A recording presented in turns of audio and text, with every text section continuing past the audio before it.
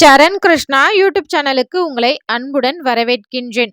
தை மாதம் கடைசி வெள்ளிக்கிழமையன்று குலதெய்வத்தை மனதார வேண்டிக் கொண்டு அருகில் இருக்கும் கோவிலுக்கு இந்த ஒரு எளிய பொருளை வாங்கி கொடுக்க மறக்காதீர்கள். இந்த பொருள் வாங்கி கொடுக்கறதுனால உங்க வீட்ல திருமணம் ஆகாதவர்கள் யாராவது இருந்தா அவர்களோட திருமண தடைகள் நீங்கும், மங்கள வாழ்வு கிடைக்கும், குடும்பத்தில் ஒற்றுமை நிலைக்கும். சண்டை சச்சரவோட தாங்க எப்போதுமே குடும்பம் இருக்கு அப்படின்னா கண்டிப்பா அது ஒற்றுமையாக மாறும். செல்வ செழிப்பு அதிகரிக்கும். அது மட்டும் இல்ல, ஒரு சிலர்லாம் கேட்டிங்கன்னா நாங்க நல்லா வாழ்ந்தவங்க, ஆனா இப்ப ரொம்ப கஷ்டப்படுறோம் அப்படிங்கிறவங்க கூட இந்த பொருளை வாங்கி கொடுக்கறதுனால உங்களுடைய நீங்கள் இழந்த செல்வத்தை மீட்டெடுப்பீர்கள். அது மட்டும் இல்ல, ஒரு சில வீடுகள்ல கஷ்டம் அதிகமாக இருக்கும். அந்த தரித்திரங்கள் உங்களை விட்டு விலகும். தொழில் வெற்றி கிடைக்கும். இப்படி அனைத்து விதமான நல்ல விஷயங்களும் உங்களுக்கு நடக்கணும் அப்படின்னா தை மாதம் கடைசி வெள்ளிக்கிழமையை தவற விடாதீங்க.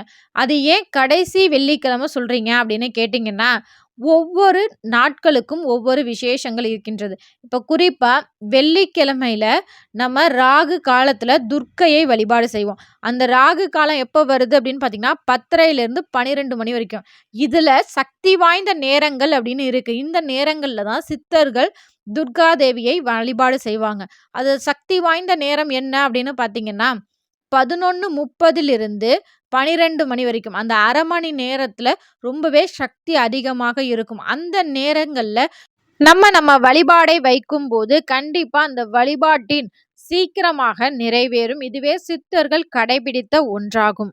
அதே போல தான் இந்த தை மாத வெள்ளிக்கிழமை. தை வெள்ளி அப்படின்னாலே அனைத்து பெண் தெய்வங்களுக்கும் ரொம்பவே உகந்த நாள். அதுவும் தை மாதம் அப்படின்னாலே அனைத்து தெய்வ கோவில்கள்லையுமே ஒரு சிறப்பு பூஜைகள் நடந்து கொண்டே இருக்கும். அப்பேற்பட்ட மாதங்கள்ல கடைசி வெள்ளிக்கிழமைகள்ல நம்ம இத செய்யும்போது கண்டிப்பா நம்ம வாழ்க்கைக்கு மிகப்பெரிய ஒரு உத்வேகம் கிடைக்கும்.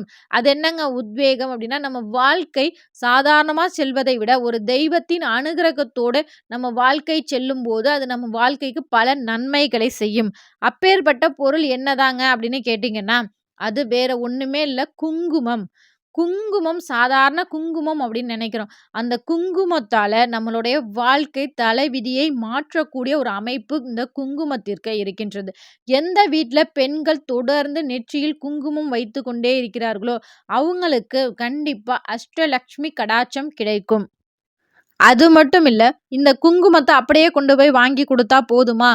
நீங்க பக்கத்துல இருக்கிற பெண் தெய்வ கோவிலுக்கு, அதாவது சிவன் கோவிலா இருந்தா கூட அங்க உள்ள பார்வதி தேவிக்கு நீங்க குங்கும அர்ச்சனை செய்யணும். ஒரு ரூ. 5 பாக்கெட்டா இருந்தாலும் சரி, ரூ. 10 பாக்கெட்டா இருந்தாலும் சரி.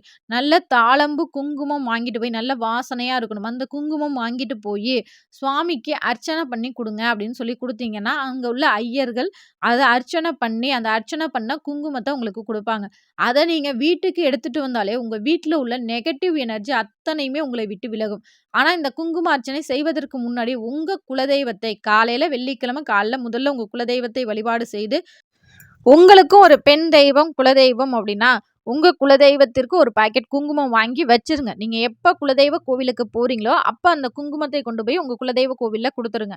இன்னொரு பாக்கெட் வாங்கிட்டு வந்து உங்க குலதெய்வ காலடியில வச்சு, குலதெய்வ படம் வச்சு வழிபாடு செய்றீங்க அப்படின்னா, அந்த படத்தின் காலடியில வச்சு நீங்க கொண்டு போய் அருகில இருக்கிற கோவிலுக்கு குடுக்கலாம். இல்ல குலதெய்வத்திற்கு நீங்க விளக்கு, இல்ல நிறை சொம்பு நீர் தான் வச்சு வழிபாடு செய்றீங்கன்னா, அந்த நிறை சொம்பு நீர் கிட்ட அல்லது குலதெய்வ விளக்கிடம் வைத்து அருகில இருக்கிற பெண் தெய்வ கோவில்களுக்கு நான் கொண்டு போய் குங்குமார்ச்சனை செய்ய போறேம்மா.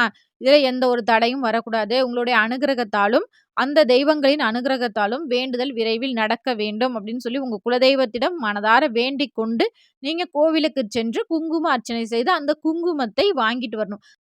இது ஒரு சின்ன விஷயம் தான். ஆனா இதற்கு பலன்கள் கண்டிப்பா அதீதம். நம்பிக்கையோட செய்யுங்க. கண்டிப்பா உங்க வாழ்க்கையில நல்ல விஷயங்கள் அனைத்தும் நடக்கட்டும்.